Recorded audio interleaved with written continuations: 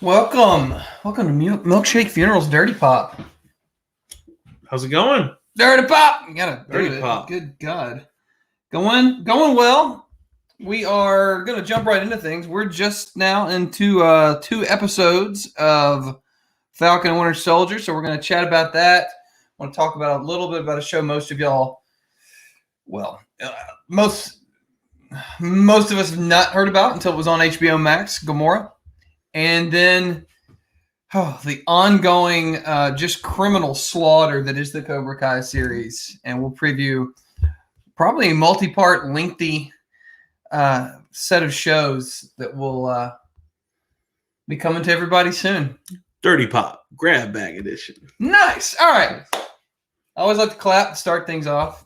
In addition to making sure that the show's actually functional, we're our own producers here. And looks like things are going. Okay, great.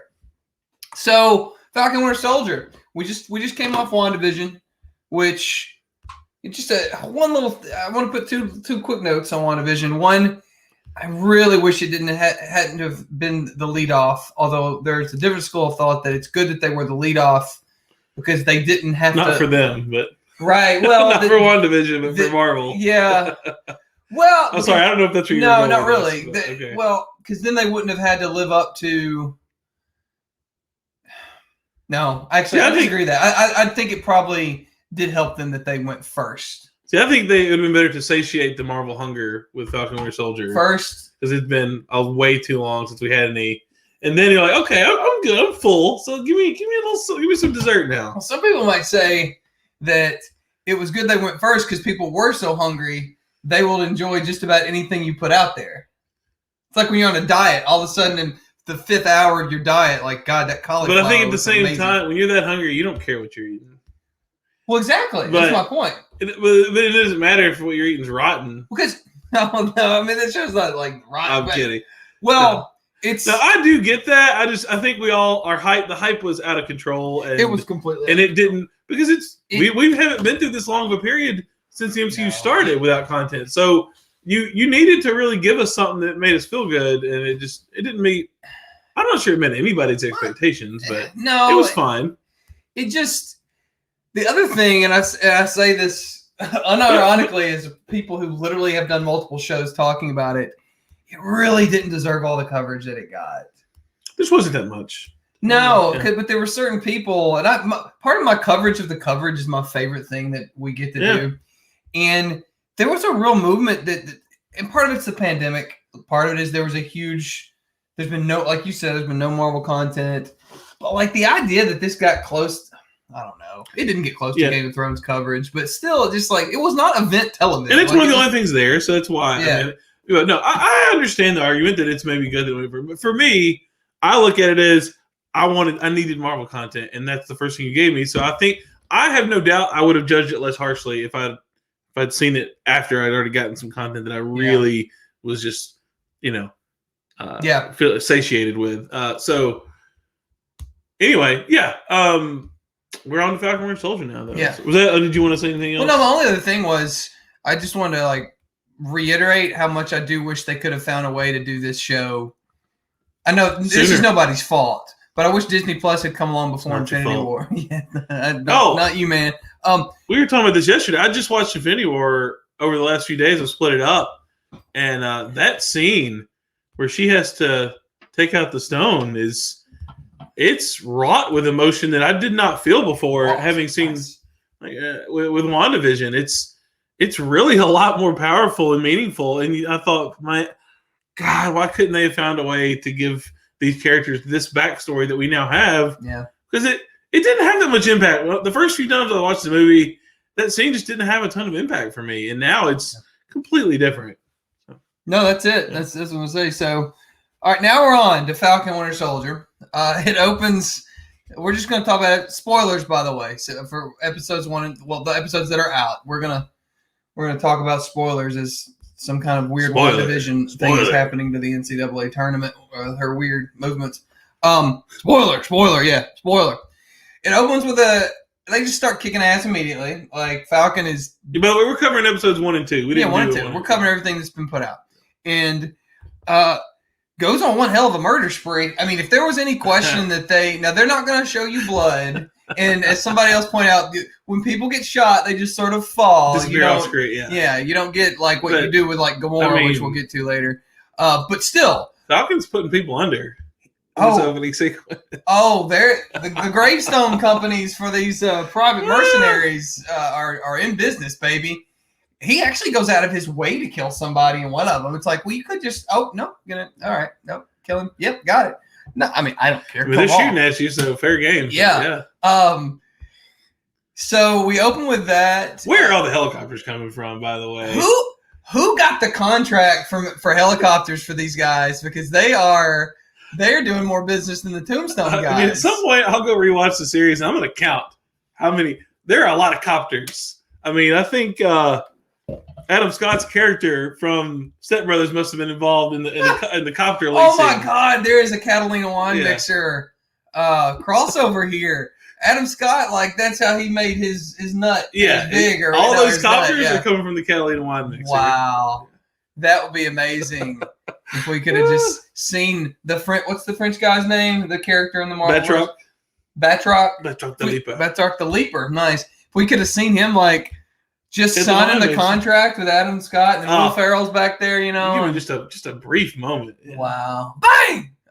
Amazing. So we get that, and it was incredible. I mean, it's just coolest sequences we've ever seen in the MCU. I mean, that was amazing. In terms of action and the way it played out, it was pretty stunning. Yeah. So then we get introduced to. We're not going to cover every scene, so I'm just going to hit the high notes. We get introduced to. Let me go back. Bucky, he pops up. Bucky's in therapy now. He's trying to make amends by correcting the things he did as Winter Soldier to the extent that he can correct them or just apologize for them. He did a lot. Yeah. We find out this guy that is, at first they do a good job with like he's obviously 106 years old, and so he has 106-year-old sensibilities. Although I do think he's been from there he was born in. He's been frozen and unfrozen quite a bit more than I thought. I think more than Cap. He was a little older than probably Cap was, but he was also gone for 5 years. So I think he and Steve were probably by the time Steve exits the MCU, I think they're about the same age probably. Yeah, like early to mid 30s probably, something like that. Yeah, I guess I'm just saying I'm kind of like complimenting and also questioning a little because I like the idea that he has those sensibilities from that bygone time. My only way I might critique that a bit is he clearly was unfrozen a lot more than Cap. Like Cap was gone for a solid block. Like now we know he was involved in Korea. It sounds like he's been involved in wars, just like Redford hinted at every major conflict that has occurred. How long was he out? That's the thing. Like when you're battling Korea, you don't really have time to get up on the pop culture and music. So you're getting frozen again. Yeah, that's super nitpicking. I'm not even sure it's deserving of any nitpick. So I just like the idea that he's old, and then I like the idea from that era. If he was born in like early 1900s, and the line of the guy's like, oh, only 90, so young. Yeah.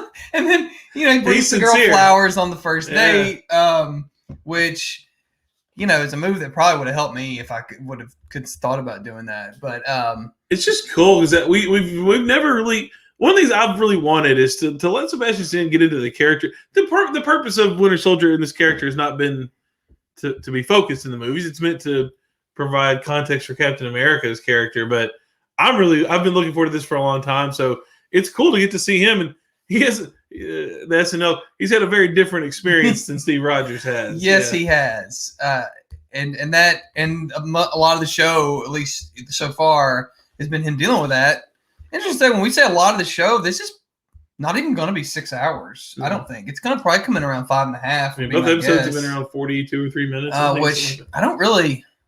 I'd rather be left wanting more than, but I just so rarely find myself wishing that a Marvel movie, any Marvel content, had been shorter, except for WandaVision, which I wish would have been about 3 episodes shorter.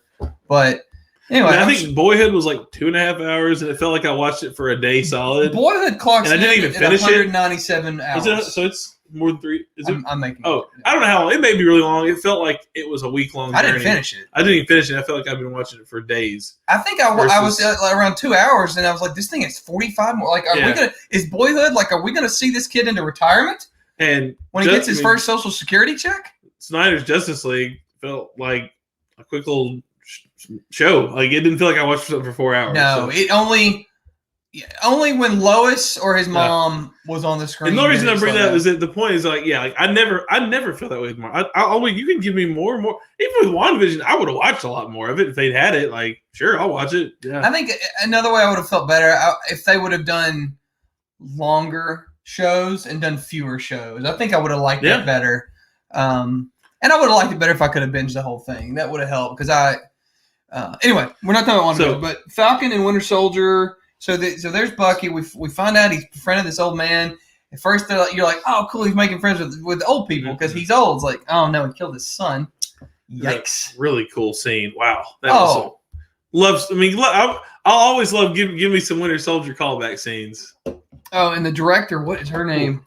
She's crushing it in this series. Let me see if I can find that. But the brutality of that, of that revelation is just, it's crushing because you're on the one hand, we all feel very sympathetic for Bucky, but then you see him murder this innocent guy, and you find out it's this old man's son, and you think, well, okay, like, and even though he wasn't in control, you kind of understand the perspective of maybe he deserves some punishment, or maybe not punishment, but like it's hard because it's hard to feel completely sympathetic for a person that did that, even though he wasn't in control. But it just gives you a wonderful bit of conflict, and it seems to be what Bucky is feeling. He's just torn apart by the idea that he's got to tell this guy. Yeah.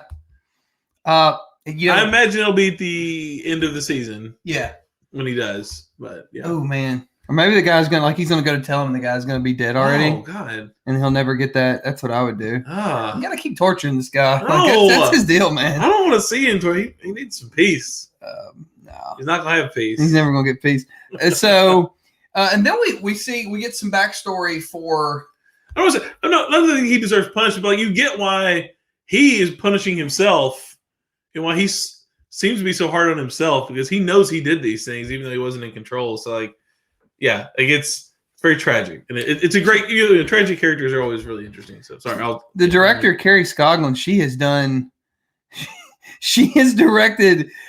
Basically, name a popular TV show, and she has done an episode. Let me just rattle through this real quick. God, I'm gonna stop scrolling because it just doesn't stop. So I'm gonna go to, let's see, Boardwalk Empire, The Borgias, The Killing, Longmire, almost said Quagmire, Under the Dome, a sneaky good show, Copper, Vikings, Power, Penny Dreadful, Tyrant, which was short-lived. Wow. Fear the Walking Dead, House of Cards, Americans, Punisher, The Handmaid's Tale, Nosferatu, Falcon Winter Soldier. So she's Canadian director. Let's give her a movie. Good God, I think it's wild. She's done it all. Can we give her the next movie that Falcon and Bucky show up in, or a Thunderbolts movie or something? She's nailing it. I'm surprised not to see, honestly, a Game of Thrones episode on there. Yeah. But so anyway, now we get some backstory with moving Falcon, to Sam. Yeah, thank you. And we're back in Louisiana, right? Mm-hmm. Yep. And we get some backstory of his family. Not in the comics, I think he's from like Brooklyn or New York, which I think it's kind of cool if they changed that. Oh, that is cool. Yeah, I like it as well. And it's like every character lives in New York in the comics. It's kind of weird. I'm like, oh, okay. So we get yeah. You can tell where most of the comics are made. Yeah. And so here's where they do something interesting. So there was a lot of talk with WandaVision about grief, and it's dealing with grief. I don't think it dealt with grief very much. I think it's a show about grief. It's just it's getting way too much credit for that. I don't think it even.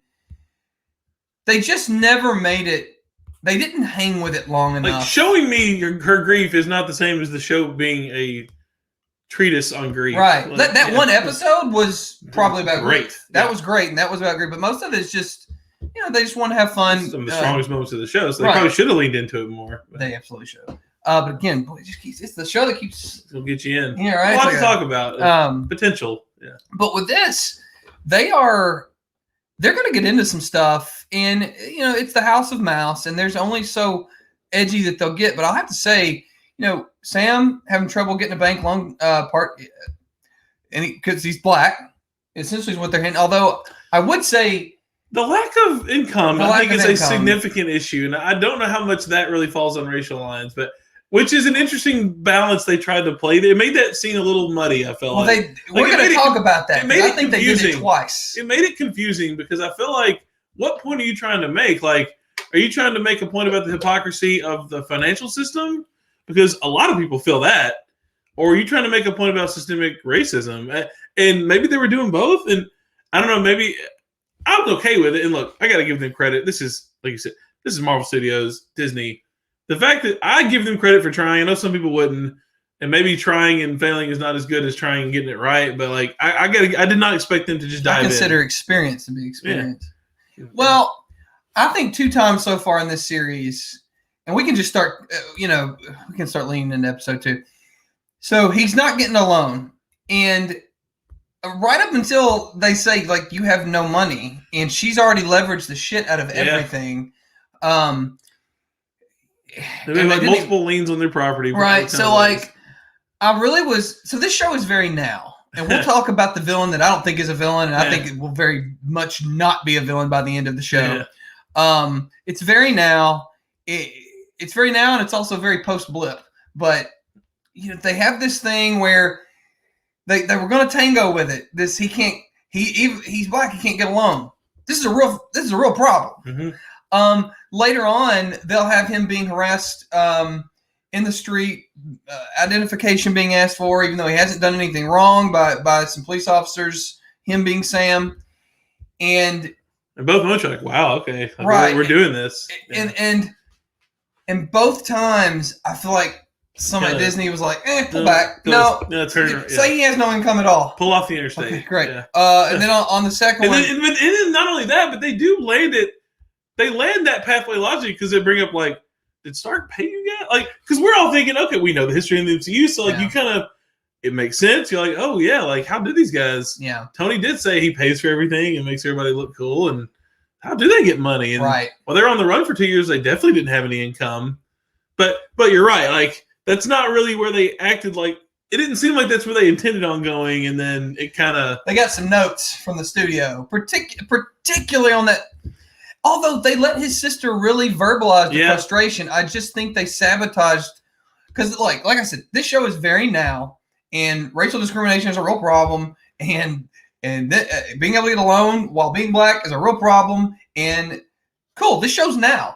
Do it, address it, but address it. Don't feel like you gotta go anyway. It's tough though because I'm torn because I do think I would be as a Marvel Studios fan, I would be disappointed if they didn't address the in-world problem of he is a hero who doesn't have time for a day job. I mean, he's a retired military vet, so like he probably has some pension. I mean, I guess like retirement or that sort of thing. I guess I'm sure you get some retirement money.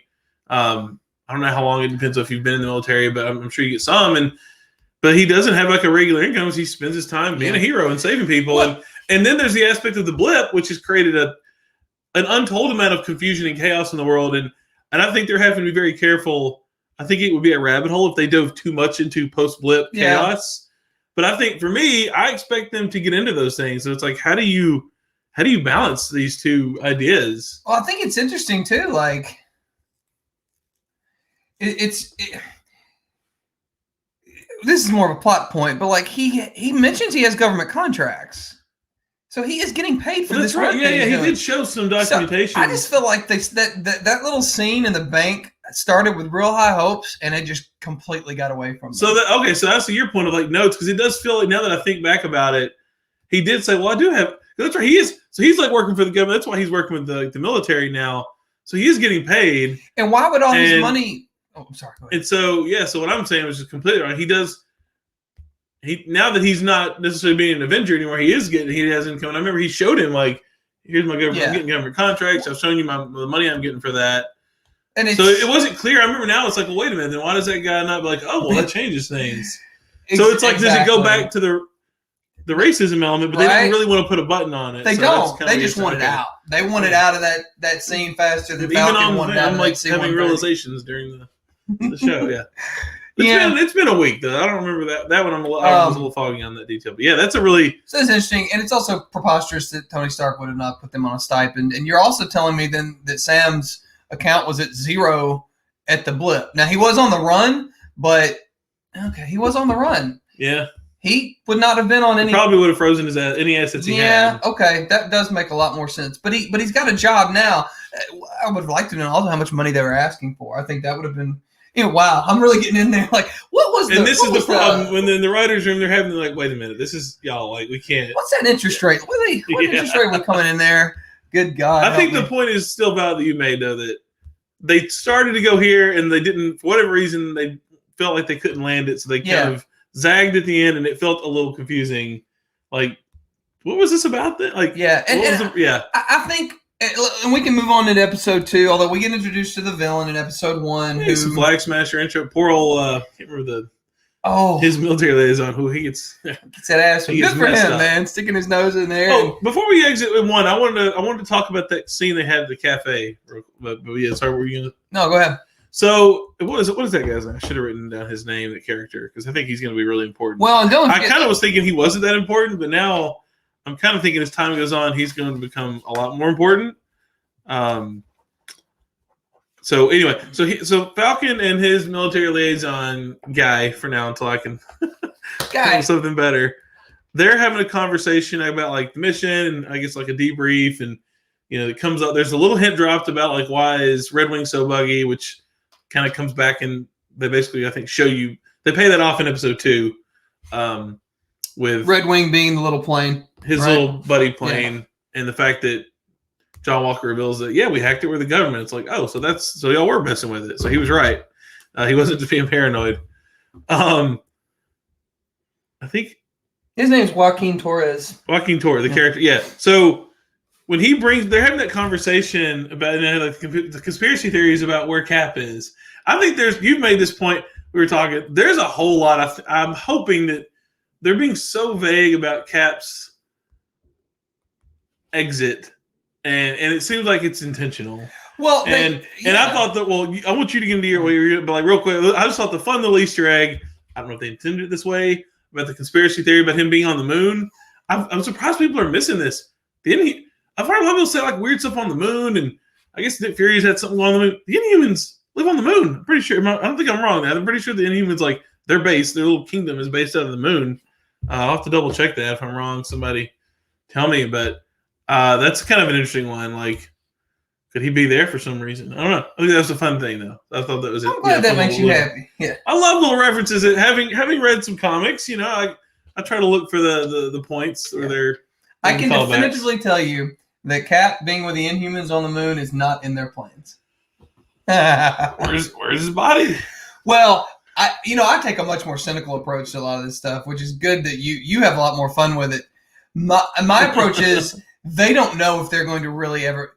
They're not sure they can't get Chris Evans to come back and do something because they keep using past tense verbs. They don't talk about a funeral. They don't talk about him being actually dead. But it felt like it opened with a funeral, but it did, but it wasn't really a funeral. Yeah.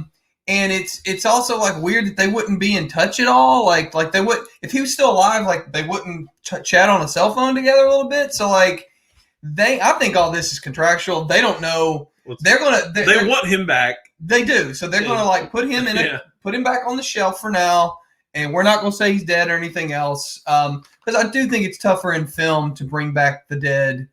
The blip notwithstanding, than it is in comics. In comics, they come and go, and they come and go, and they come and go. I think it's a little different in movies when you kill somebody off, especially if it's like old age. Like if Cat Biden just dies of old age in his sleep, like you maybe have missed the opportunity to bring him back. So, but no, that's a good point, and I will get into a little with. Well, here, let's keep going. So we meet the villain, who I don't think they're going to be the villain. They act like Robin Hood. They let Agent Torres. They do not kill him. They very easily could have. But the Flag Smashers. The Flag Smashers. And that's what you were saying earlier. That the villain you think is not is that they're stealing medicine to give to poor people. Like, I mean, that's just not how you set up a villain. Well, and then their whole philosophy is not evil necessarily. Well, the only thing they've done to make them sound evil is they liked things how it was during the blip. Well, but yet they're not doing anything so far that we know of to try and eradicate the population. So I think that's a weird. I think that's like a throwaway line. That's just a throw-in line because they're like, the writer's like, oh shit, these guys. There's a lot of people that are not going to view these guys as villains. Make them. Let's say they were sympathetic to 50% of the population getting killed. And see, I guess for me, I understood it as they liked the world was probably much more unified after the snap. You know, most of our problems are because of limited or fighting over resources, and you know, you get rid of half the population. I don't see most in the world I think you see it in. I can't remember, was it? I don't know, movie or something. But like basically, it's kind of the plot to The Watchmen. You create a global catastrophe, you're more likely to bring the world into unity. The world kind of unites under one banner of catastrophe. So you need an alien invasion. Which is what happened. You know, an alien invaded, wiped out half the population. Yep. So, but yeah, like they're, you know, Cap even noted in game, you know, the water's cleaner, the whales are coming back to the Hudson. Or was it the Hudson? Yeah, I mean, it's classic Cap. Okay, so we've talked about the villains who are not villains. They're strong. I love that. Strong. I love the way every way that Sam Anthony Mackie's lines. Gosh. So he and Sebastian Stan are they're acting the shit out of this. No, I'm not saying this is like.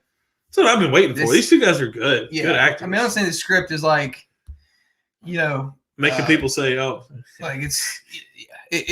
I'm not saying it's like leftovers, but it's just so amazing how the job that they're doing just so far the 2 episodes. These two work. I mean, yeah. So second episode, the big deal is U.S. Agent John White. The end of one reveals with him coming in and winking to the camera. And then we looking like the old guy from Up. Yeah, and then we start off with the Star Spangled Man with the plan. Yep, and it's interesting. So let's talk a little bit about Johnny Walker. Well, here, let me put a little button on how now this TV show is and how much it's gonna address. You know what it's like to be black in America. What were you gonna say? I'm gonna do some research to figure out if the people who created the character in Marvel Comics, if they were big Scotch fans. It just hit me like Johnny Walker.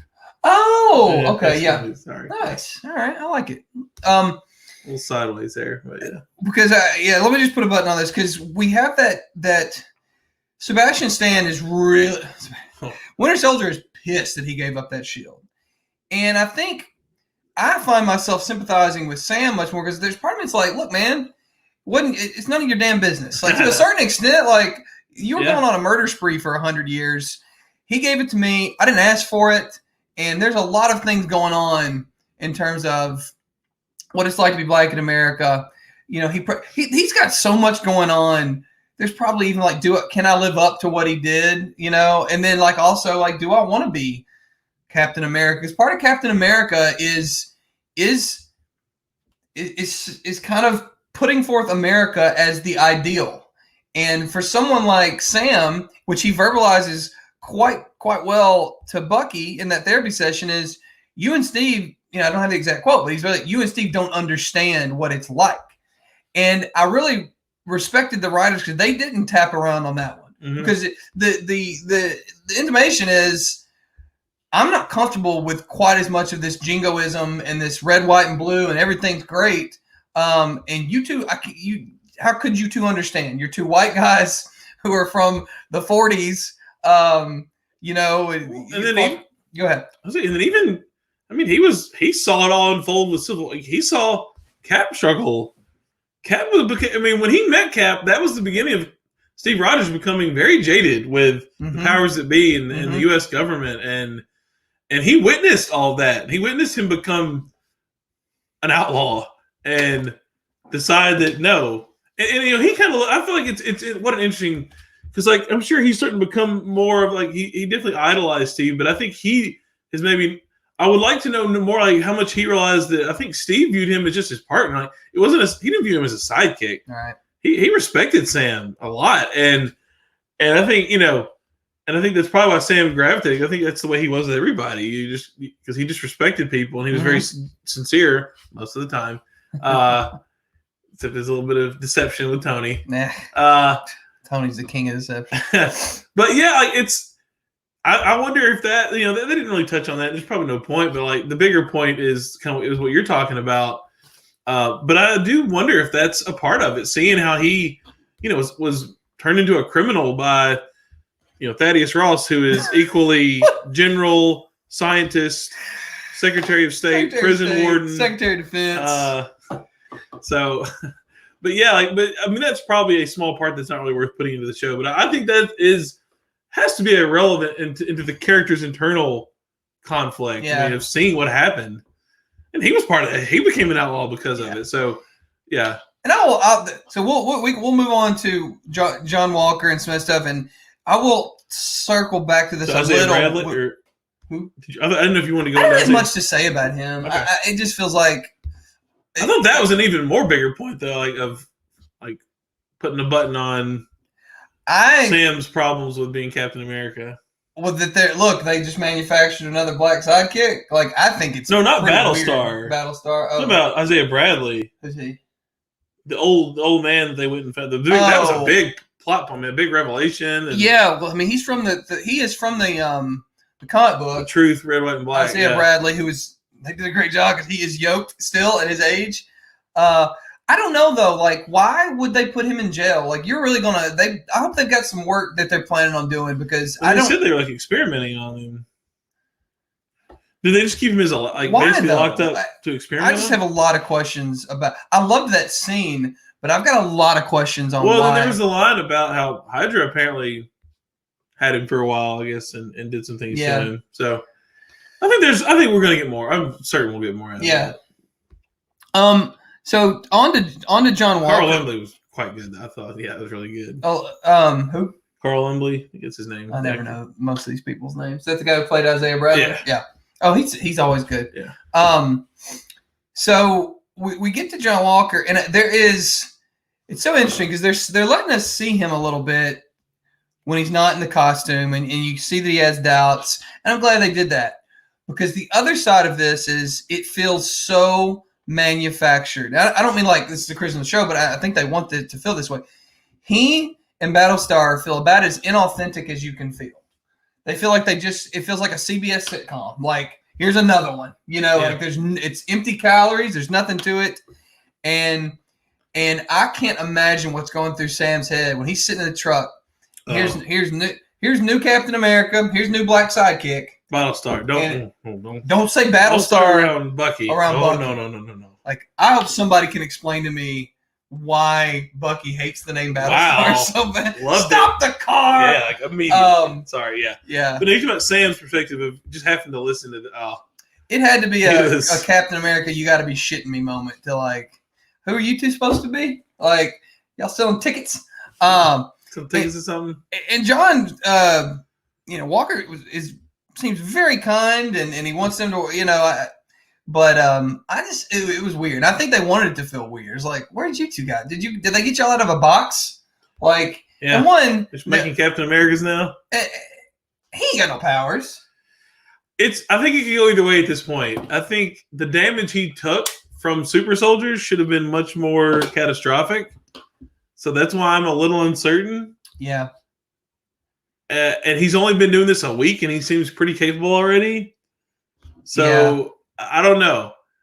I find it dubious that no matter how much natural talent he has, that he could be whipping that shield around like he is without some enhancement. I mean, maybe, I don't know. Look, they're building toward it. I think it's going to happen no matter what. Either now or either he already has been or he's going to be enhanced. But it's weird. I want him to bulk up. I'm going to be very angry. So I am a stickler for how I want my super soldiers to look. And part of the serum or the super soldier stuff is your muscles expand. Like you get more muscle mass. You're just a big dude. That's part of it, or dudette. That's just part of it. He better not have powers, because while he is cut, he's not yoked. Like Sam's way bigger than he is, and I'm just not. I feel like that's where we're headed. Is he has powers, and from now on in Marvel, because they don't want to burden the actors, you don't have to be an amazing. Complain so much about it. If I hear one more highly paid Marvel actor complain about having to be in shape, I don't. See, Hemsworth just said, "You know what? I'll just make it a business. I'll turn this into a business, business. Yeah, it's great. What a brilliant idea! What a brilliant idea! I got to do this all the time anyway. I'm going to make some money off of it. Great. So anyway, but yeah, I mean, we haven't seen him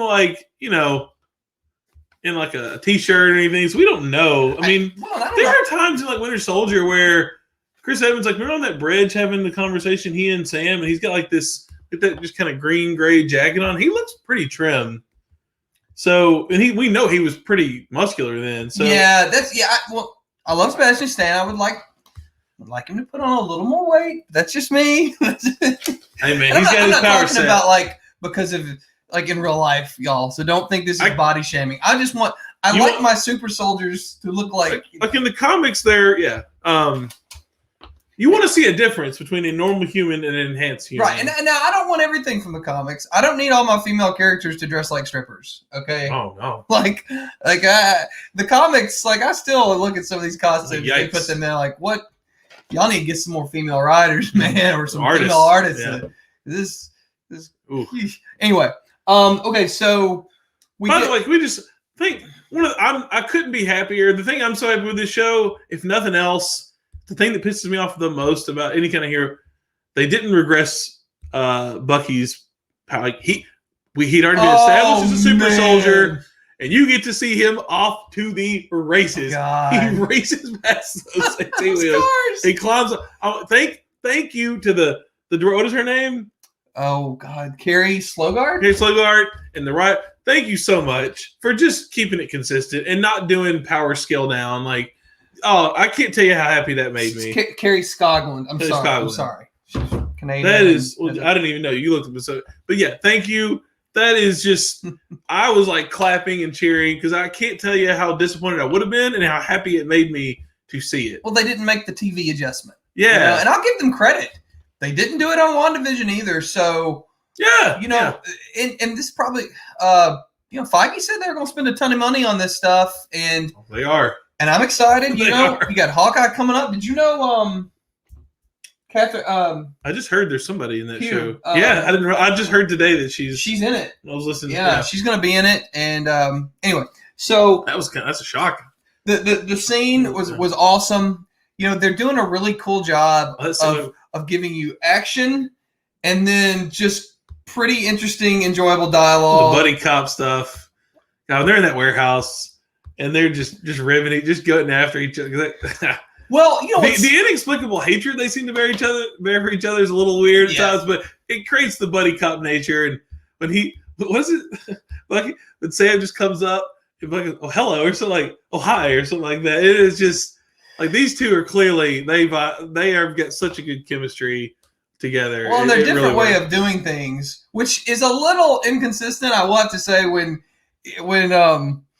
Winter Soldier is complaining about what's your plan. But then they get in the warehouse and it's Falcon that's like, wait a minute, because Winter Soldier, I mean, I like the scene in the C-130, but I do think it's not congruent with what they did in the warehouse. But I think I'm going to kind of stick more to the warehouse mode of thinking because, he was as the Winter Soldier, he was just a bullet. Smash and smash. So when he's in that warehouse, I loved it. He sees the problem. Like, I'm now going to go eliminate the problem. And Falcon's like, wait a minute. Like, let's hang out here for a second. Look. Oh, 5. How many are there? 5. It's so good. I love it. At some point, I'm going to be hopeful and interested to see how these two reconcile. Because there is going to have to be a point where their dislike for each other is funny and cute right now. But I think at some point, like, I'm going to need to know why they really just. Did the therapy scene give us a little bit of that though? I mean, is that they kind of got into it a little bit? Well, they exiting jail. Well, they got into what they got into was the shield. I just thought because Bucky was like, well, if he's wrong about, he gave you the shield because he believed in you, and if you can't handle it, then that means he was wrong about you, and that means he's wrong about me. And I like that, but we are going to have to get to a point where if they're going to continue this, and then we'll never look at each other again. Like I'm going to need a little more. Like Sam is well aware of why he did what he did, and it's going. If this continues all the way up to the final episode, that's a bit of a stretch. You know what I mean? Other than you're just doing it for the sake of it to do the bit. Yeah. It's. I feel like they probably will, but like you said, it's fun for now. I want them to at least show us that evolve, or like show us more of why than just kind of here it is. But there's a lot to kill him, but at least a couple times. Like, I know, but you do expect. I guess I shoot Tony in the face. Whatever. He got over it pretty quickly. He was fine. He was joking around with him after. So I hope we evolve their relationship. And look, we're 2 episodes in. I'm sure I normally wouldn't be this like I hope, but when I know I'm only going to get about 3.5 more hours, we'll see. Well, the reason I say that I hope that is because, as much as Sam admired Steve and I feel like respected if Steve kind of held a belief, then he probably trusted it because he knew Steve was a good guy and usually believed in the right thing. And he seemed to align with him on most of that. So you kind of feel like I guess he knows that Steve had a relationship with Bucky. So maybe that's one of the few areas where he thinks Steve was just biased and didn't see things clearly. But if Steve trusted him and was willing to put himself on the line so much, you'd think he'd maybe be like, maybe you give a line in that scene. Like, look, man, I know you're trying and, I know Steve trusted you, but like you tried to kill me. So we're not there yet. Like maybe that's too on the nose. But it might be needed though. I mean, you're right. It is a little on the nose, but like it's I'm sure smart folks can figure out how to show that. But like I would rather have them show it. But still, I think something like that would be appreciated. That said, that's a very minor. Not a big deal. Yeah. They clearly kind of like each other. Like they're having a little bit of fun working together. Bucky goes along with him. Yeah. So anyway, as we close, we get apparently Bucky's okay. A weird kind of. We have a problem. Go ahead, Johnny. Well, exiting the police station. I thought that was a weird sequence. That was one of the few things I thought. For me, that was like the only thing I thought didn't really totally work. What, to stay out of my way? Yeah, this weird dark turn from him. You kind of thought it was like, I thought that he is an alpha. He's an alpha. You look at his. Yeah. They did the resume. Which I love it. Two duties in Vietnam, 3 Purple Hearts, decorated warrior, Desert Storm. 2-time baking test. God, I love it. Movies and shows when they give me the angry resume read. But I think what I saw was a character who is an alpha, who knows how to get shit done, who is used to being in the lead, who for the entire episode has been trying to be nice and collaborative and get them to work with him and like really bend over backwards to show respect, who finally was like, okay, I'm done trying to be nice. Do not get in my way then. If y'all want to keep being dicks, then just stay out of my way. Because I'm the one that, although I don't know why he said they're free agents. I feel like some of this is intentional. Somebody's paying for that C-130. But they just fly all over the planet. It's the government. That's the weird part. Like, they're all working for the government. So I think, and I like to, I'll maybe get into my theory about where this is going, what's happening after you're something else you wanted to cover. Oh, yeah. It's not like a crazy theory. It's just, So when you're, I don't believe, and maybe there's an attorney that can let me know. I don't believe that pardons are conditional. Pardons are absolute, as we have in this country learned quite well over the past few years. Pardons are get out of jail free. You don't have to go to therapy. So that whole thing with him getting arrested wherever they were when they went to talk to Isaiah Bradley because he missed a therapy session is preposterous. Absolute tomfoolery. Okay, like it's not a thing. It's not a thing. So anyway, that's just my one thing. It's my only thing where I think this. Well, and you thought that it kind of again was the other moment where they kind of detracted from. Well, they did. Meaningful. They did. We had a meaningful thing going on with Sam, and why is he being asked ID, and then it's like some Disney guys were like, oh shit, arrest Bucky. Arrest Bucky now. Arrest the white guy. Like that's not how that happens. Yeah. So whatever. Anyway, you want to finish up? So okay, and I know that this is not. I mean, I'm sure some of this is relatively obvious, maybe, but I mean, some levels are obvious. So clearly, obviously, look, this guy was made. John Walker was made Captain America by powers that be. We don't know. I mean, the first on the surface, it's U.S. government, sure. Then there's this new global. They make sure everybody gets their Social Security checks by kicking ass all over the planet. There's some new global resource conglomerate. Yeah, some weird agency that's global, but they're maybe trying American, to yeah. help people get back into society. But is it blipped. actually global, or like is this some kind of new world world order? Question is why is it called global if he's captain? Like, is it some kind of new world order type thing? Anyway, so I think there's something there. But to me, the biggest questions to ask are like, what is going on with this new Captain America? Like, a newly minted Captain America, amidst doing press tours, shows up somewhere in Europe and tries to stop these flag smashers. It's odd on to Good me. Night America. Yeah, it's odd to me. And, I find it, other than there's an obvious point of, well, we all need, y'all are strong, we're strong, let's team up to take care of these strong people. Okay. You think they're trying to keep tabs on them. I think it's not the worst outcome. I think someone is the puppet master for this new Captain America. That's probably more obvious than anything. Like, and I think we all expect to get there so we find out why the government wanted a new one and what the purpose is. But I think it's interesting that he's been deployed this way and is trying to recruit them. And let's assume there is someone being a puppet master who's familiar with Sam and Bucky. That means they kind of know their deal a little bit. They would have to have expected these guys are not going to go along with this new toy Captain America that just got rolled out. So I guess I feel like, and also these people are probably aware that Sam has been working with the military and has had an encounter with these people already. Yeah. And they've been spying on Red Wing, which John Walker reveals. So again, like, there's a lot of interconnection between the government and the military, whoever's controlling potentially Captain America and using him for a reason, and Sam and Bucky. And I guess I kind of feel like it's either expected or maybe even intended for them to go off, do some things that you don't want this new, freshly minted Captain America who doesn't have his hands dirty yet, going and doing all kinds of things that are definitely not going to be above board. Do you think they have the same master, though? Oh, I don't think they have the same. No. Well, not intentionally anyway. I mean, I think when you say they, you mean Bucky and Sam versus. Are two different, yeah. Are two different I think whoever this is knows that Bucky and Sam are not going to let this go. Let go. Whatever this plot is, like, I'm not even sure. It's like you said, I don't think they're the villain. So I think someone knows that they can get them access to either information or a technology that they're going to uncover by tracking down the Flag Smashers and then Power Broker, which we finally got introduced to. Huh. And I think they don't want to send this new Captain America to do that. Yeah. And I think they know, well, hell, we'll just let these two wild cards go deal with it, and then we can arrest them if they break the law, and then Captain America can clean it up once it's done.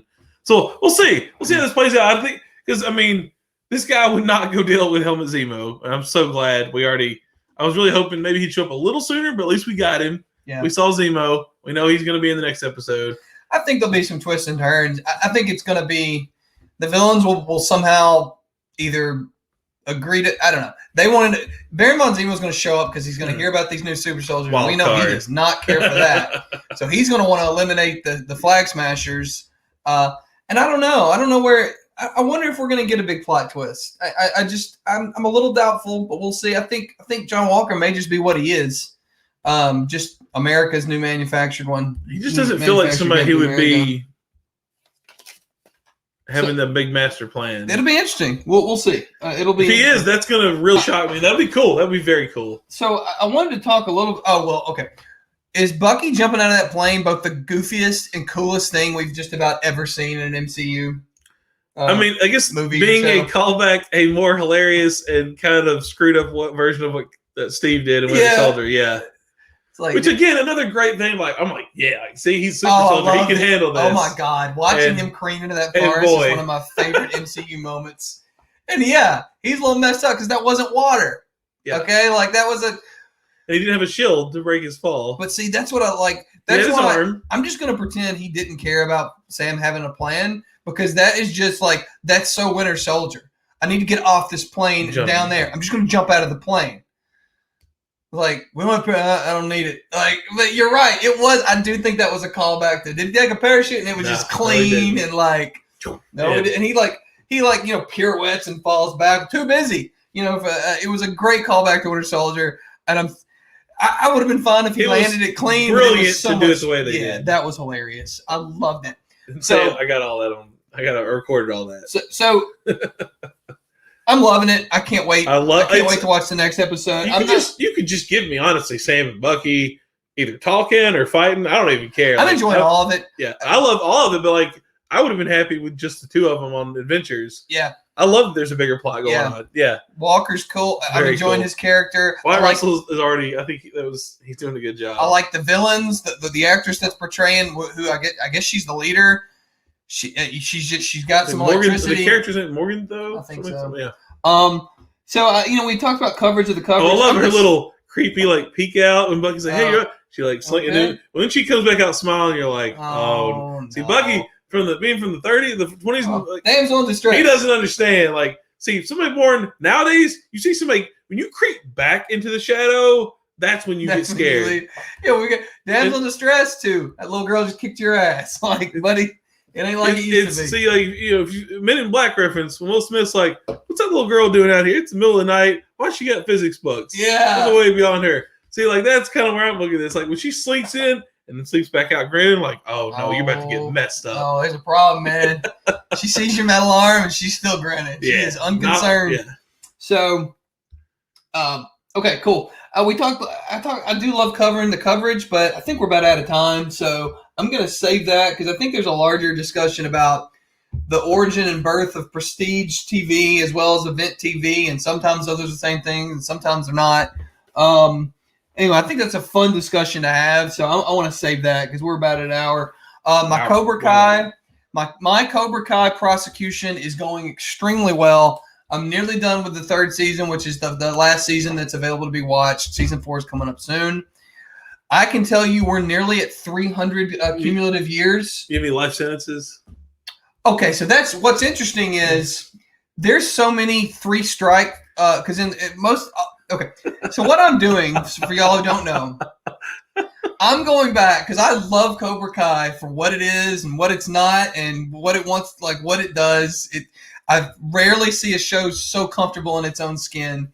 And one thing I will say that doesn't get addressed is just the myriad of crimes, like real deal felonies that are committed. So I've gone back and I'm looking at every episode and documenting, I'm looking at it through a prosecutorial lens in LA County and just prosecuting these people. And so far, we're up to about 300 years. You asked about life sentences. Absolutely. I've actually gotten to a point where they are destroying the 3 strikes law. So I'm actually getting to a point where if it's a main character, I'm just pretending that that's not a thing because honestly, I'm going to put them away for just for example, in one episode, Kreese and Johnny, I'm going to have to prosecute each of them for more than 40 years worth of child endangerment. They're never getting out. No. Never getting out. So I'm having a blast with it. I'm nearly done with season 3. Can't wait to get to it. Yeah. Oh God. So what we'll do is we'll do a multi-part where we just talk about Cobra Kai, the show, because it's too much fun not to talk about. Now that you've seen it, we can finally talk about it. And then we'll also have the criminal aspect. I've got to go back through because one thing I want to do is I want to total up per character their number of hours. I think that's going to make it a little easier to consume. So anyway, having a blast, but God, when we're talking arson, I didn't know that sextortion is a real crime in LA. So I've gotten into that. Yep. Tori is the victim of sextortion. Oh, yes. Okay. Yeah. So in addition to prosecuting Kreese for simple assault for attacking that guy himself is going to be prosecuted for sextortion. We got a lot going on. Then finally, do you have anything to say about all that? I'd like, there's a show I want to do, so but I think it probably belongs in Dirty Pop. It's not about an episode of a series. Marvel, What's Next? So I've been working on notes for something like that. Yeah, that was in the headline. We just if you've got we just just so much delicious Falcon Winter Soldier content. We didn't get to talk about Black Widow being delayed. So I think that's part of this. Yeah. I would say Black not delayed, Widow for a date me, set, not delayed. It's essentially the things that I really mostly want to talk about. I mean, you can basically it's like Black Widow, Loki series, Thor: Love and Thunder. We can throw some other stuff in there if you want to, but we'll jump. Yeah, we'll do that next. And finally, Gomorrah. So the watch, as they do a lot, they turned me on to Industry, It's a Sin, and then I remember Chris Ryan the Watch talking about Gomorrah. And I'm not afraid to watch subtitled stuff. I don't want it dubbed because it's never right. So Dark, which is something we're going to talk about soon. Just burned through. Oh, it's so great. Wow. Dark is a German science fiction show that's available on Netflix. It's 3 seasons. There will not be a 4th. It's just a great story, but bring your thinking cap. It's nothing we cover, by the way, is something you should have on while you're doing work. Like I'm not going to waste your time you're doing a show about stuff that is that low. Put your phone down. Like I'm not a snob with a lot of stuff, but I ain't covering nothing that you can watch while you're cooking dinner, for the kids. So Gomorrah is and we're going to get into this more as you watch it. It's a crime drama from 2014. It centers around a crime family, the Savastano crime family, specifically Gennaro, who is the son, and then the father, Pietro. And there's also the right-hand man character, Ciro. I don't know if we should, Ciro. Also, aka he's also known as the Immortal, with one of the coolest nicknames in crime drama history. And it's amazing. I don't know how to describe it. I burned through 36 episodes in about 2 weeks. And they're hour-long episodes. So we'll end up talking more about Gomorrah. I cannot recommend it highly enough. I'm serious. Godfather, Sopranos. I'm enjoying it more than probably all of those, which is pretty wild. Because I love that stuff. I love crime drama, and it centers around narcotics, which I cannot get enough. Well, I'm not saying I can't get enough narcotics, but like Narcos, I love all that. I'll Pablo Escobar stuff. So, yep. That's it. Done. All right. Thanks, everybody. Peace. What happened to peace?